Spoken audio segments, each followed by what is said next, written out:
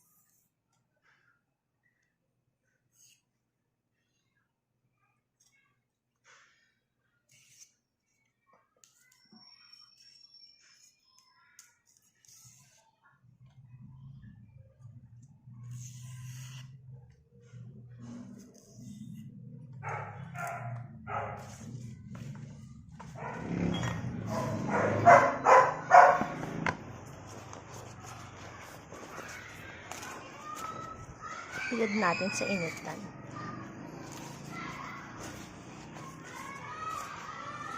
Malaglag. Hindi ko malalaglag at onti ka lang.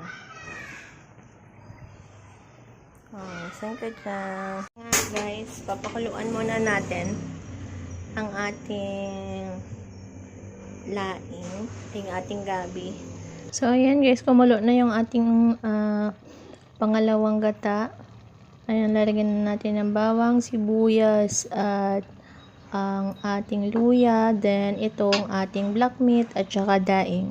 Ayan, so papakuluan ulit natin siya.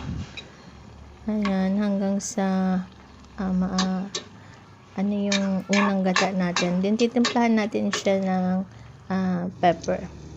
And ngayon, lalagay naman natin yung ating unang gata, yung thick na coconut milk. Ayan.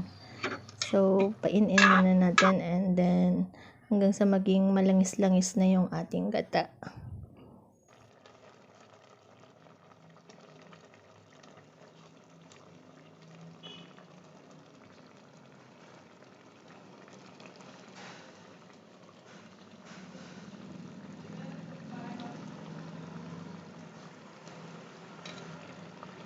Guys, nililipat natin sa kawali para ma-appreciate natin. So, ito na yung ating black meat. Yan. Black meat yan ng tuna from Davao. Yan ang nilagay natin dyan. And ito naman yung ating daing na tuna din from Davao. Ayan. So, kumukulo na siya. Lalagyan na natin ng pinaka-last na coconut cream para sobrang sarap. Ilalagay na natin yung coconut cream and maya hahanguin na natin.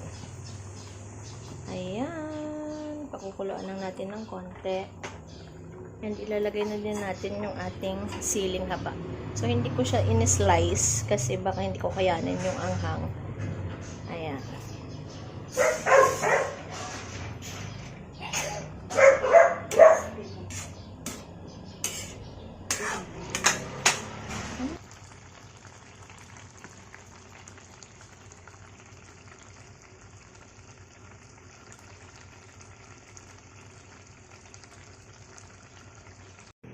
So, ito yung black meat ng tuna. Parang siyang beef. First time ko kasi kumain ito. Lasa siyang beef. Ayan. Masarap siya.